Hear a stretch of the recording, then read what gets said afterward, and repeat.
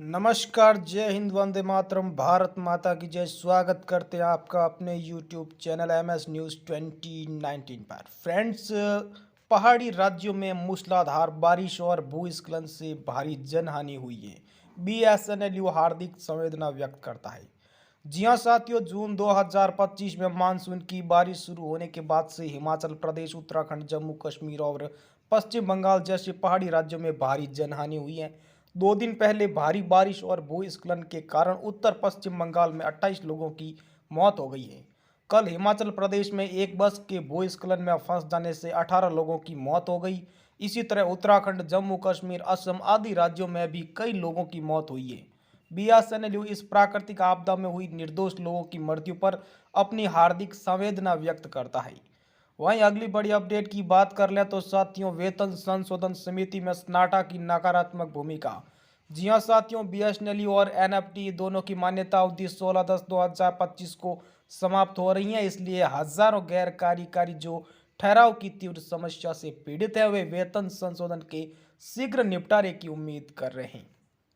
जी हां साथियों, वेतन संशोधन समझौते पर 17/9/2025 को या 26/9/2025 को आयोजित बैठक में हस्ताक्षर किए जा सकते थे।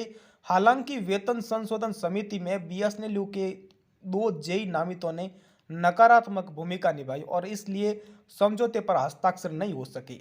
NE9 वेतनमान को संशोधित करने के नाम पर उन्होंने समझौते पर हस्ताक्षर करने से इनकार कर दिया।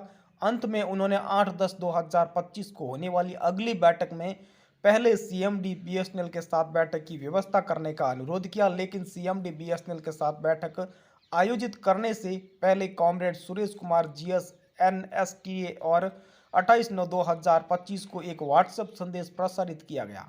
उस संदेश में उन्होंने न केवल NE9 वेतनमान पर बल्कि पूरे वेतन पुनरीक्षण समझौते पर आपत्ति जताई है।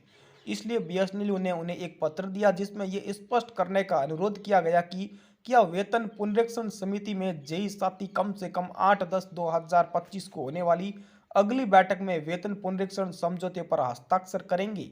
लेकिन comrade Suresh Kumar GS SNATTA ने सकारात्मक जवाब नहीं दिया। यदि 8/10/2025 को वेतन पुनरीक्षण समझौते पर हस्ताक्षर नहीं किए जाते हैं तो पूरे गैर कार्यकारी कर्मचारियों को अपूरणीय क्षति का सामना करना पड़ेगा।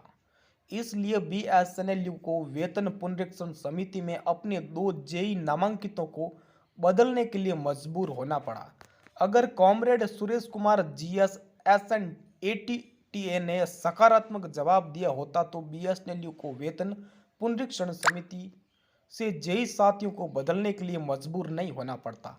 हालांकि अब सन्नाटा नेतृत्व ने BSNLU को जेई कैडर विरोधी बताकर बदनाम करना शुरू कर दिया है।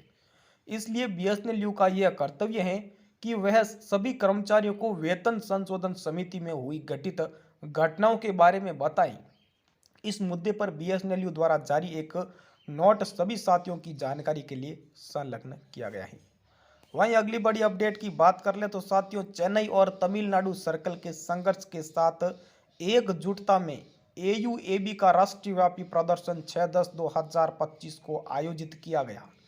जी हाँ साथियों, 6 अक्टूबर 2025 को देश भर में AUBA द्वारा आयोजित उत्साही दोपहर के भोजन के प्रदर्शन कार्यक्रम ने BSNL प्रबंधन को कॉर्पोरेट कार्यालय में एक वार्ता बैठक बुलाने के लिए मजबूर किया है।